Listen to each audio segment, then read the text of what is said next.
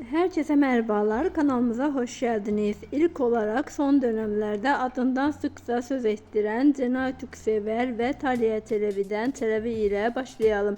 Özellikle dizimizin Gelin dizisindeki performansıyla reytingleri alt üst etti. Oyuncularımız yeteneğiyle bir yana ekrana verdiği enerjisi de gerçekten çok farklı.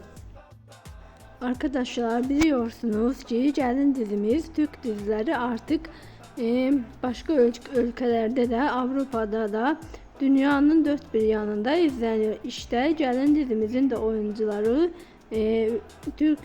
Türkiye dışında da çok büyük ilgiyle izleniyor. Oyuncular da çok seviliyor. Bizler de Gelin dizi oyuncularından sizler için kareler hazırladık. Umarım severek izlersiniz. İyi seyirler. Hoşça kalın.